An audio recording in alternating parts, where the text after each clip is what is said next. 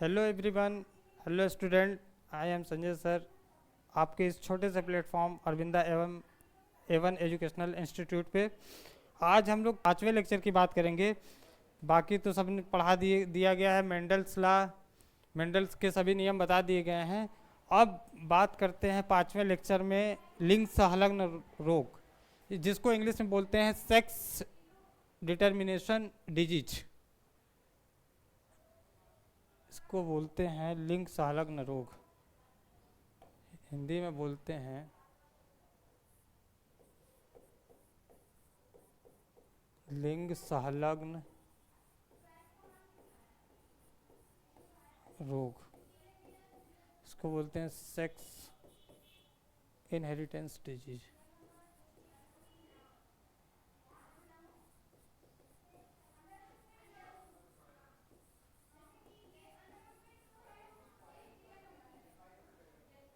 इसको बोलते हैं सेक्स लिंग इनहेरिटेंस। अब लिंग संलग्न रोग क्या होता है? लिंग संलग्न रोग क्या होता है? आपको पहले लिंग निर्धारण बताया गया था। लिंग निर्धारण क्या होता है? लिंग निर्धारण वह प्रक्रिया होता है जिसमें यह तय करना होता है कि आने वाला प्राणी नर होगा अथवा मादा। उसमें पहले ही बता दिया गया था कि एक मेल होगा, दूसरा फीमेल। देख लीजिए ध्यान से, ये मेल है, फीमेल है। मेल सिक्रेट करता है स्पर्म और फीमेल सिक्रेट करता है ओवम। मेल में क्या होते हैं? एक्स वाई होते हैं, जबकि फीमेल में क्या होते हैं? एक्स एक्स होते हैं।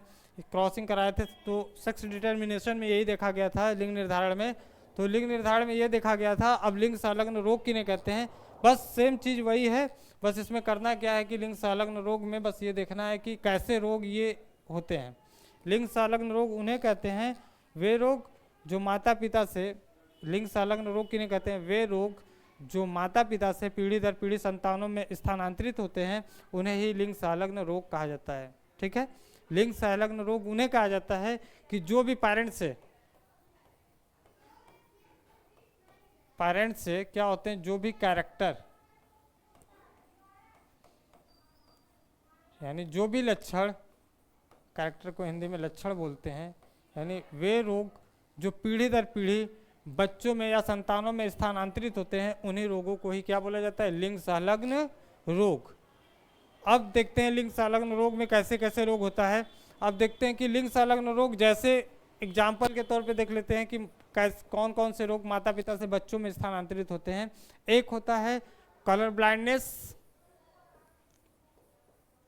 कलर ब्लाइंडनेस, इसे हिंदी में बोलते हैं वर्णांधता। इसे क्या बोला जाता है? वर्णांधता। और दूसरा होता है हीमोफीलिया।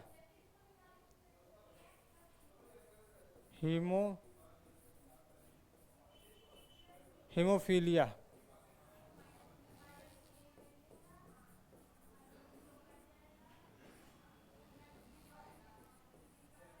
हीमोफीलिया, ये दो रोग ऐसे होते हैं। बहुत से ऐसे रोग हैं जो लिंग संलग्न रोग होते हैं।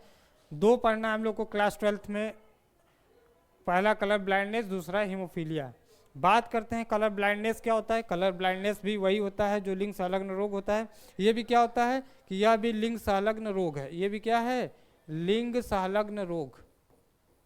लिंग संलग्न रोग, ये क्या होते हैं? ये भी क्या है? लिंग संलग्न रोग है जो माता पिता से पीढ़ी दर पीढ़ी संतानों में क्या होते हैं? स्थानांतरित होते हैं। आए बात समझ में? यानी वे रोग जो पीढ़ी दर पीढ़ी संतानों में स्थानांतरित होते हैं, उन्हीं रोगों को ही लिंग संलग्न रोग कहा जाता है। अब देखते हैं कि लिंग संलग्न रोग में वर्णांता जो है, यानी वे रोग जो माता पिता से पीढ़ी दर पीढ़ी बच्चों में स्थानांतरित होते हैं, उन्हें ही लिंग संलग्न रोग कहा जाता है। वर्णांता क्या होता है? वर्णांता वही होता है कि वे रोग जो पीढ़ी दर पीढ़ी संतानों में स्थानांतरित होते हैं, उन रोगों को ही लिंग संलग्न रोग बोला जाता है। वर्णांधता की अगर हम लोग बात करें, वर्णांधता जिन्हें कलर ब्लाइंडनेस इंग्लिश में बोलते हैं। कलर ब्लाइंडनेस क्या होता है? कलर ब्लाइंडनेस का मतलब होता है वर्णांता हिंदी में। और ये क्या होता है, इसे बोलते हैं यह भी लिंग संलग्न रोग है जो माता पिता से पीढ़ी दर पीढ़ी बच्चों में क्या होता है, स्थानांतरित होता है। यानी one generation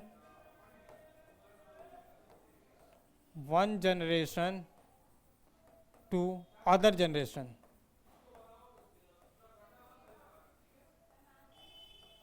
one generation to other generation, यानी एक पीढ़ी से दूसरी पीढ़ी में क्या होते हैं, ये रोग स्थानांतरित होते हैं। अब वर्णांता में इसके क्या लक्षण होते हैं, यानी जो वर्णांत व्यक्ति होते हैं वो लाल एवं हरे रंग की पहचान नहीं कर पाते हैं। यानी कलर ब्लाइंडनेस की बात करें, पहला कलर ब्लाइंडनेस, फिर से ध्यान से सुन लीजिए, कलर ब्लाइंडनेस क्या होता है, यानी यह भी क्या है, लिंग संलग्न रोग है जो माता पिता से पीढ़ी दर पीढ़ी बच्चों में स्थानांतरित होते हैं। यानी लिंग संलग्न रोग से ग्रसित व्यक्ति किसमें, लिंग संलग्न से ग्रसित व्यक्ति लाल एवं हरे रंग, लाल एवं हरे रंग में पहचान नहीं कर पाते हैं। क्यों? क्योंकि प्रोटॉन के कारण, प्रोटॉन दोष होता है।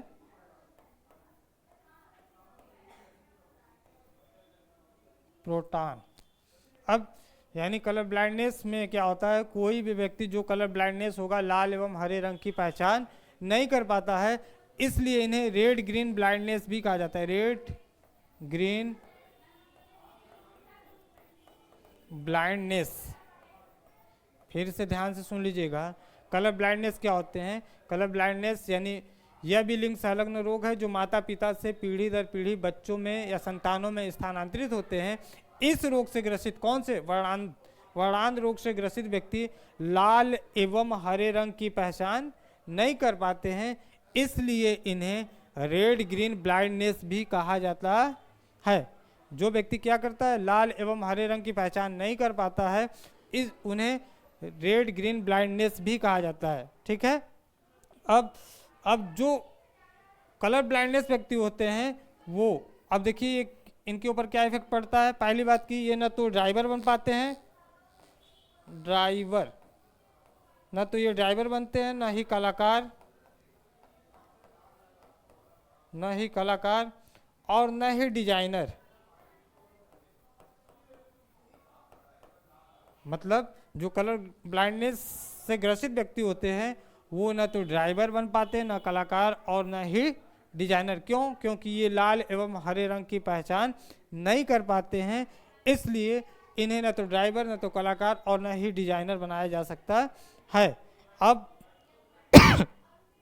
होता क्या है कि जो इस रोग से ग्रसित होते हैं उन्हें प्रोटॉन दोष भी कहा जाता है। क्या बोला जाता है? प्रोटॉन दोष। हिंदी में देख लीजिए, इन्हें क्या बोला जाता है? प्रोटॉन दोष। प्रोटॉन दोष,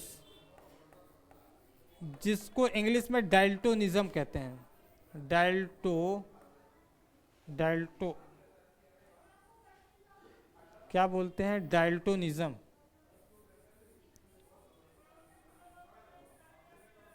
डाल्टोनिज्म क्यों कहते हैं डाल्टोनिज्म? क्योंकि यह लाल एवं हरे रंग की पहचान नहीं कर पाते हैं, इसलिए इन्हें प्रोटॉन दोष या डाल्टोनिज्म कहते हैं। फिर से ध्यान सुन लीजिए, कलर ब्लाइंडनेस क्या होता है कि यह भी लिंग संलग्न रोग है जो माता पिता से पीढ़ी दर पीढ़ी संतानों में स्थानांतरित होते हैं, और इस रोग से ग्रसित व्यक्ति लाल एवं हरे रंग की पहचान नहीं कर पाते हैं, इसलिए उन्हें रेड ग्रीन ब्लाइंडनेस भी कहा जाता है, और इन्हें प्रोटॉन दोष यानी डाल्टोनिज्म के भी नाम से जाना जा सकता है। इस रोग से ग्रसित व्यक्ति न तो कभी डिजाइनर, न कभी कलाकार और न ही कभी डिजाइनर बन पाते हैं। ठीक है, सॉरी, ड्राइवर। अब इस पे कई तो सवाल पूछा जाता है। अब देखिए ध्यान से, अब मान लीजिए मेल है, मेल यानी नर। अब नर की बात करते हैं, इस पे सवाल बहुत से पूछे जाते हैं। पहले यहाँ समझ लीजिए, मेल क्या होते हैं। मेल में क्या होता है? एक तो एक्स वाई गुणसूत्र होते हैं, यही होते हैं। जो एक्स वाई होंगे वो तो सामान्य होंगे। क्या होंगे? सामान्य। इनके एलिल्स, इनके जो गुणसूत्र हैं उस पे कोई जीन खराब नहीं होते हैं, इसलिए ये सामान्य होते हैं। और एक्स और वाई जो होते हैं, कभी भी देखिए सिंबल लगता है, जो कलर ब्लाइंडनेस की बात करते हैं, colour blindness, colour blindness, colour blindness का सिंबल, इसको हम सी से प्रदर्शित करते हैं। तो एक्स के ऊपर, यानी एक्स जो गुणसूत्र होते हैं उसके ऊपर अगर एक सी लगा देते हैं तो समझ जाइएगा कलर ब्लाइंडनेस हो गया। यानी एक्स गुणसूत्र के जो जीन होते हैं वो खराब हो सकते हैं, लेकिन वाई गुणसूत्र पे कोई भी एलिल्स नहीं होते हैं। तो ध्यान रखिएगा कि एक्स गुणसूत्र पे अगर कोई सी लग गया, एक्स गुणसूत्र पे अगर बाय द वे सी लग गया, सी, तो समझ जाइएगा कलर ब्लाइंडनेस है। यानी एक्स पे सी और वाई रहेगा तो ये वर्णांध पुरुष होगा। क्या होगा? वर्णांध पुरुष। ठीक, ये हो गया। अब बात करते हैं फीमेल की। फीमेल की बात करते हैं। फीमेल मीन्स मादा। अब मादा में क्या होता है कि मादा में भी क्या होते हैं, यहाँ ध्यान से देखिएगा, जब एक्स एक्स होंगे तो ये सामान्य होंगे, सामान्य, सामान्य स्त्री। जब एक्स और एक्स पे किसी, दोनों एक्स पे क्या होगा, एक सी होगा, दोनों पे किसी पे, दोनों एक्स पे किसी पे अगर सी लगा तो समझ जाएगी कि वो वाहक होगा, कलर ब्लाइंडनेस नहीं होगा, वो क्या होगा, वाहक होगा। वाहक, वाहक स्त्री। ठीक है, इसको बोलते हैं इंग्लिश में कैरियर। क्या बोलते हैं? कैरियर। और इसको नॉर्मल,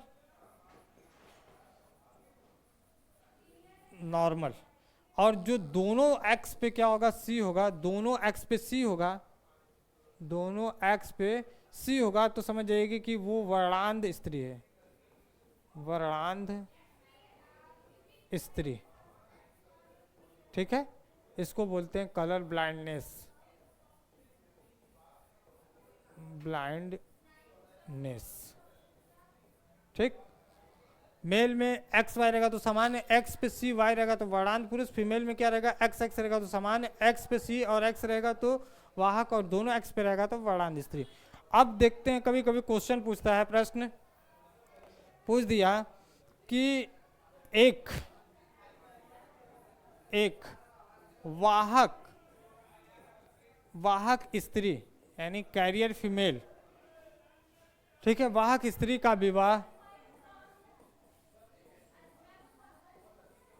ये बोर्ड के एग्जाम में पूछा गया सवाल, एक वाहक स्त्री का विवाह वर्णांध पुरुष से कर दिया जाए तो, वर्णांध पुरुष से कर दिया जाए तो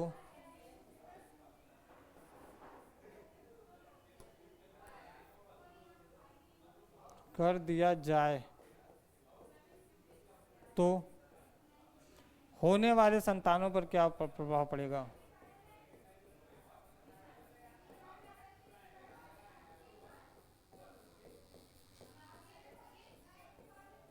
पर क्या प्रभाव पड़ेगा?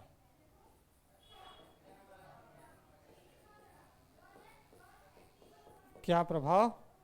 यानी एक वाहक स्त्री का विवाह वर्णांध पुरुष से कर दिया जाए तो होने वाले संतानों पर क्या प्रभाव पड़ेगा? अब ध्यान से देखिएगा, आप खुद बना लेंगे, कुछ करना नहीं इसमें। इसमें देखना है कि स्त्री क्या है, वाहक है, तो यहाँ पे वाहक कौन है, वाहक स्त्री है, तो यहाँ पे आप लिख लीजिएगा मेल, मेल, और इधर लिख लीजिएगा फीमेल, मेल फीमेल। मेल का सिंबल और फीमेल का सिंबल। मेल क्या सिक्रेट करता है, स्पर्म, फीमेल क्या सिक्रेट करती है, ओवम। ये ध्यान रखिएगा। और पूछा है कि एक वाहक स्त्री, वाहक स्त्री ये है, वाहक क्या है, एक्स, दोनों पर किसी पर सी लगा दीजिए, ये सी हो गया, ये वाहक स्त्री हो गया। किसके साथ, वर्णांध पुरुष। वर्णांध पुरुष कहाँ है, वर्णांध पुरुष एक्स पे सी और वाई, ये वर्णांध पुरुष हो गया। अब इनकी क्रॉसिंग कराइए, क्रॉस जब कराते हैं तो उनके संतानों में क्या प्रभाव पड़ेगा, देखिए इसका इसके साथ होगा तो यहाँ पे भी x पे c है और x पे c यहाँ पे भी। अब इसी x का इस x के साथ कराएंगे तो यहाँ पे x पे c है, यहाँ केवल x है। इस y का इस x के साथ y का x के साथ क्रॉस कराएंगे तो x पे c y हो जाएगा। इस y का x के साथ क्रॉस करा देंगे तो हो जाएगा एक्स वाई। यानी देखिए ये क्या दिख रहा है यहाँ पे, देखिए ये वर्णांत क्या होगी, स्त्री का मतलब वर्णांत यानी कलर ब्लाइंडनेस गर्ल्स, क्या होगी, कलर ब्लाइंडनेस गर्ल्स। और ये क्या होगी, एक एक्स पे सी है तो ये क्या होगा, वाहक स्त्री यानी कैरियर गर्ल्स। और ये देखिए एक्स पे सी वाई है, एक्स पे सी यानी वर्णांत पुरुष यानी कलर ब्लाइंडनेस बॉयज। अब ये क्या हो जाएगा, ये नॉर्मल बॉयज। समझ में आ गया, जहाँ तक उम्मीद है कि आप लोगों को समझ में आ गया होगा। ध्यान से देख लीजिए एक बार, अगर क्वेश्चन पूछता है यहाँ पे देख लीजिए, ये क्वेश्चन का आंसर है यहाँ पे कि एक वाहक स्त्री का विवाह, वाहक यहाँ पे देखिए वाहक कहाँ है, ये वाहक है, ये वाहक का सिंबल बना दिए यहाँ पे, ये वाहक स्त्री हो गया।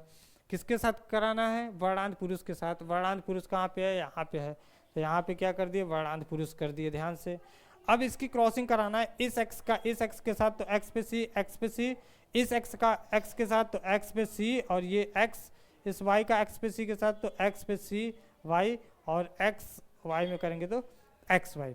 यानी 25% क्या हो जाएंगे, 25% क्या होंगी, कलर ब्लाइंडनेस यानी वर्णांध स्त्री होंगी, वर्णांध स्त्री। फिर क्या होगा, 25% वाहक स्त्री,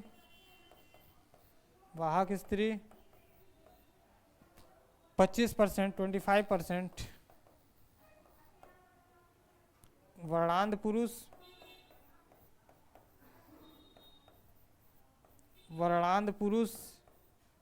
और 25% क्या आ जाएंगे,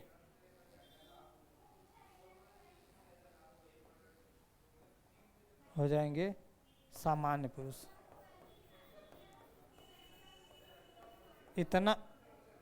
इतना एग्जाम में आपको लिखना पड़ेगा। ओके, समझ में आ गया। फिर एक आपको प्रश्न देख लेते हैं, ध्यान से देख लीजिए, बाकी सब वही है। अब हम दे देते हैं क्वेश्चन नंबर 2 कि एक वर्णांध स्त्री का विवाह, क्या कर दिया गया, वर्णांध स्त्री का विवाह किसके साथ कर दिया जाए, सामान्य पुरुष के साथ। सामान्य नहीं, कलर इसको भी ले लीजिए, कलर ब्लाइंडनेस, वर्णांध पुरुष से कर दिया जाए, पुरुष से कर दिया जाए। एक वर्णांध स्त्री का विवाह वर्णांध पुरुष से कर दिया जाए तो संतानों में रोगों को रेखाचित्र द्वारा समझाइए, रेखाचित्र द्वारा समझाइए। चलिए सब लोग आप लोग करके दिखाइए तो।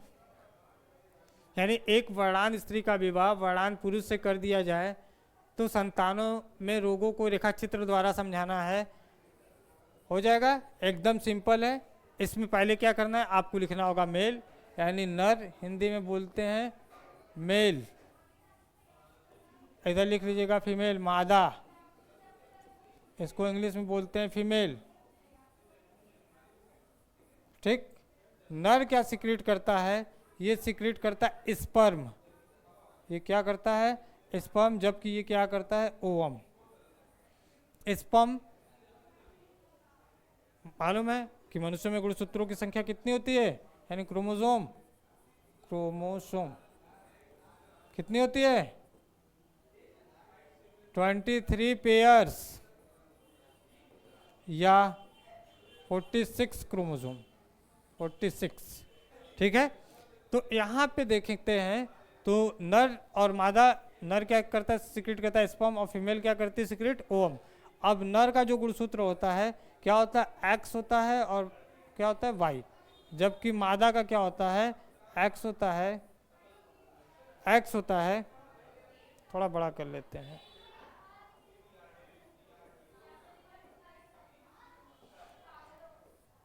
ये एक्स, ये एक्स, सॉरी, ये हो जाएगा वाई। मादा में क्या होगा, एक्स और एक्स। अगर नर क्या है, अगर वर्णांध स्त्री, स्त्री को वर्णांध कर दीजिए, यानी दोनों पे क्या हो जाएगा, सी हो जाएगा। किसके साथ कर दिया जाए, वर्णांध पुरुष, तो एक एक्स पे क्या हो जाएगा, ये भी वर्णांध हो जाएगा। तो इनकी क्रॉसिंग करा लेते हैं, इसकी क्रॉस इससे कराते हैं, तो एक्स पे सी, एक्स पे सी, फिर इसी एक्स का किसके साथ, इस एक्स के साथ कराते हैं, तो एक्स पे सी, एक्स पे सी, इस वाई का इसके साथ कराते हैं, तो एक्स पे सी वाई, एक्स पे सी वाई, फिर इस वाई का इस एक्स के साथ करा देते, तो एक्स पे सी वाई। यानी यहाँ पे देख लीजिए 25, ये भी 25, यानी दोनों को मिला करके 50%, 50% जो गर्ल्स होंगी, गर्ल्स होंगी वो क्या होंगी, पूरी तरीके से कलर ब्लाइंडनेस होंगी, कलर ब्लाइंडनेस। और ये 50%, 50% जो बॉयज होंगे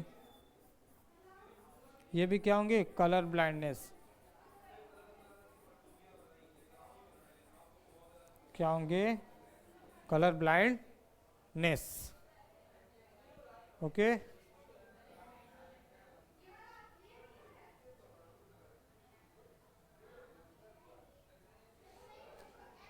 देख लीजिए ध्यान से, अब इसी तरीके से सवाल पूछा जाएगा।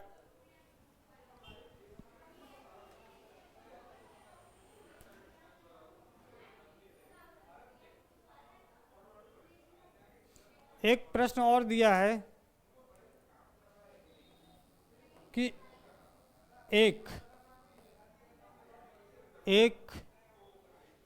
महिला की 50%, एक महिला की 50%, 50% पुत्रियां एवं 50%, 50% पुत्रियां एवं 50% पुत्र, 50% पुत्रियां और 50% पुत्र क्या हैं, वर्णांध है, वर्णांध है। तो इनको रेखा चित्र द्वारा समझाना है, माता पिता में इस रोग को रेखा चित्र द्वारा समझाइए। तो करेंगे कैसे, यहाँ पे फिर इसी तरीके से यहाँ पे लिख लेंगे नर और एक तरफ लिखेंगे मादा। नर ये x है, ये y है, मादा में क्या करेंगे, ये x है और ये x है, क्या है। अब ध्यान से यहाँ से क्रॉसिंग करके हम खुद पता लगा लेंगे कि 50% पुत्रियाँ हैं, 50% पुत्र, यानी सभी क्या है, बड़ा। अब इसकी क्रॉसिंग इससे करा लीजिए, x x, ध्यान से देखिएगा, यानी पुत्री 50% है तो इस पर भी सी हो जाएगा, इस पर भी सी हो जाएगा, तो यानी दोनों पे सी हो जाएगा। अब इसकी क्रॉसिंग इससे कराएंगे तो x पे सी, ये x आ रहा है तो इस पर भी सी लगा देंगे, तो दोनों जगह 50% पुत्रियाँ क्या हो जाएंगी, 50%, 50% गर्ल्स क्या होंगी, कलर ब्लाइंडनेस, कलर ब्लाइंडनेस होंगी। अब देखिए इस y का इसके साथ करेंगे तो x पे सी y हो जाएगा, इसका इसके साथ कराएंगे तो x पे सी y, यानी 50% ये पुत्र क्या हो जाएंगे, 50% बॉयज भी कलर ब्लाइंडनेस होंगे। ठीक,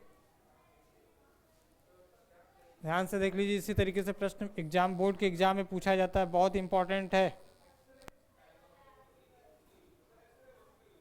ओके, अब चलते हैं आगे, इसी तरीके से प्रश्न देगा, आप लोग करते रहिएगा। नेक्स्ट बात करते हैं दूसरा रोग, हीमोफीलिया की बात। कलर ब्लाइंडनेस खत्म, दूसरा बात करते हैं हीमोफीलिया। क्या होता है हीमोफीलिया? हीमोफीलिया, हीमोफीलिया क्या होता है? यह भी लिंग संलग्न रोग होता है। यह भी क्या है? यह भी लिंग संलग्न रोग है।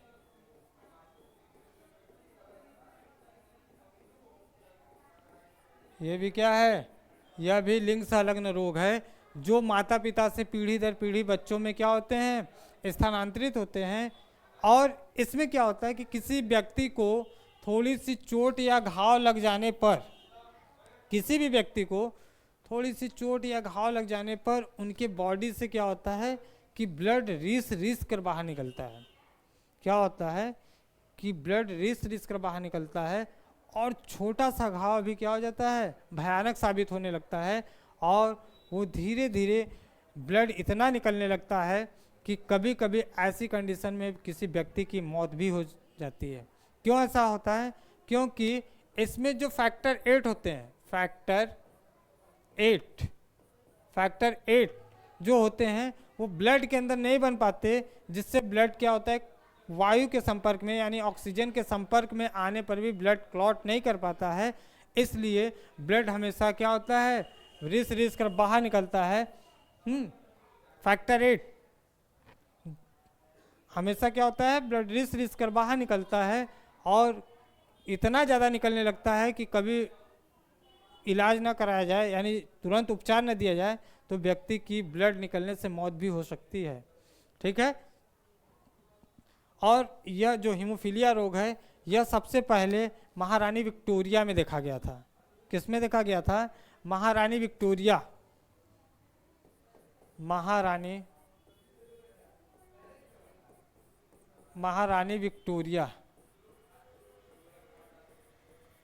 महारानी विक्टोरिया में देखा गया था। ठीक है। अब ये भी प्रश्न उठता है कि इनमें यह रोग कैसे आया? जब इनके माता पिता का चेकअप किया गया था तो इनके माता पिता में कोई भी हीमोफीलिया के लक्षण नहीं थे, न ही इनके माता पिता में कोई ऐसा रोग था जो महारानी विक्टोरिया उनसे ग्रसित हुई, कोई ऐसा रोग नहीं था। यह कैसे हुआ? यह जीन म्यूटेशन के कारण हुआ। जीन म्यूटेशन का मतलब होता है जीन उत्परिवर्तन के कारण।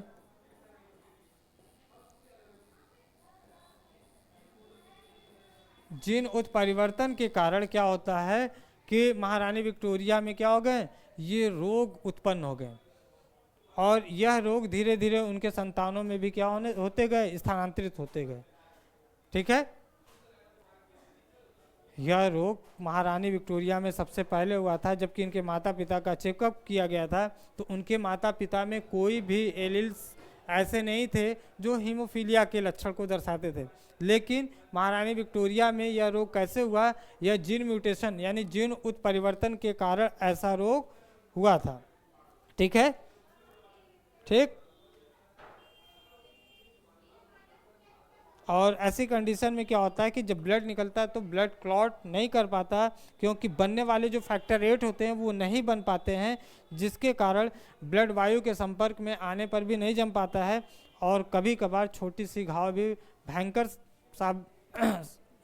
साबित होने लगती हैं। इसलिए व्यक्ति को तुरंत उपचार न दिया जाए तो व्यक्ति की कभी कभी मौत भी हो जाती है। अब इसमें भी क्या होते हैं इसमें क्या होते हैं कि इसमें भी सेम वही है, इसमें भी सवाल पूछा जाता है। इसमें भी क्या होता है?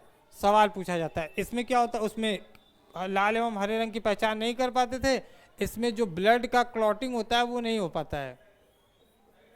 क्लॉटिंग नहीं हो पाता है, ब्लड की क्लॉटिंग नहीं हो पाती है, जिसके कारण ब्लड क्लॉट नहीं कर पाता है। बात करते हैं अब सवाल की। इस पे भी सवाल पूछा जाता है कि एक एक हीमोफीलिया ग्रसित व्यक्ति का विवाह, मान लीजिए एक हीमोफीलिया, सेम वही चीजें हैं, बस एक हीमोफीलिया स्त्री का विवाह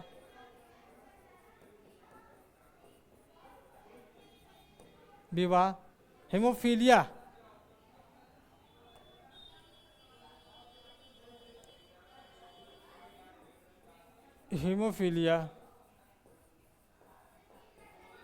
हीमोफीलिया पुरुष से कर दिया जाए तो, पुरुष से अगर कर दिया जाए तो उनके होने वाले संतानों पर क्या प्रभाव पड़ेगा। अब यहाँ से भी प्रश्न वही बनता है जो कलर ब्लाइंडनेस में पूछा गया था, तो आपको हल करना होगा, तो ध्यान से देखिएगा कि कैसे हल होता है। इसमें बस करना क्या है कि बस इसमें एक मेल और दूसरा अपोजिट फीमेल बनाना है, सिंपल सा तरीका है। एक मेल बनाना है और फीमेल बनाना है। मेल का गुणसूत्र क्या होते हैं, एक्स वाई होते हैं, जबकि फीमेल के क्या होते हैं, एक्स एक्स होते हैं। ठीक है, ध्यान से लिख लीजिए, क्लीन अप एक्स एक्स। ठीक है, अब क्या पूछा है, हीमोफीलिया स्त्री है, तो हीमोफीलिया में सी के जगह क्या करते हैं, कलर ब्लाइंडनेस में सी लगाते हैं, सी से कलर ब्लाइंडनेस, एस से हीमोफीलिया, तो दोनों पे क्या हो जाएगा, एच लग जाएगा। वाहक होगा तो एक पे एच और पुरुष पे एक पे एच लग जाएगा, यानी हीमोफीलिया स्त्री हो गया और हीमोफीलिया पुरुष है, तो उनके संतानों पर क्या प्रभाव पड़ेगा, तो ये क्या हो जाएगा, एक्स पे एच, एक्स पे एच, इसकी क्रॉसिंग इससे कराते हैं तो एक्स पे एच, एक्स पे एच, इसकी क्रॉसिंग इससे कराते हैं तो एक्स पे एच और वाई हो जाएगा। अब इसकी क्रॉसिंग इससे कराते हैं तो एक्स पे एच वाई, यानी ध्यान से देखिएगा, ये दोनों हीमोफीलिया ग्रसित है, ये दोनों क्या हो जाएंगे, पुरुष, यानी 50%, यानी 50% जो गर्ल्स होंगी वो क्या होंगी, हीमोफीलिया ग्रसित होंगी, हीमोफीलिया और 50% जो बॉयज होंगे वो भी क्या होंगे, दोनों एच है, दोनों क्या होंगे, हीमोफीलिया।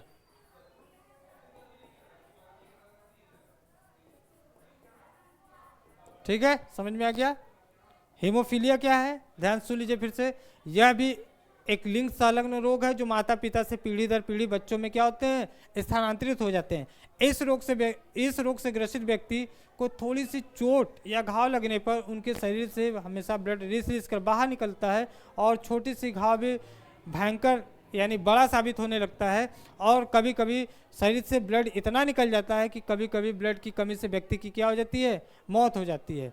तो इनमें इस रोग में जो फैक्टर 8 बनते हैं, फैक्टर 8 वो बन नहीं पाते हैं, जिसके कारण ब्लड वायु के संपर्क में आने पर भी जम नहीं पाता है, ब्लड क्लॉट नहीं कर पाता है, जिसके कारण अगर व्यक्ति को शीघ्र उपचार न दिया जाए तो व्यक्ति की क्या हो जाती है, मौत हो जाती है। और यह हीमोफीलिया रोग क्या था, हीमोफीलिया रोग सबसे पहले महारानी विक्टोरिया में देखा गया था।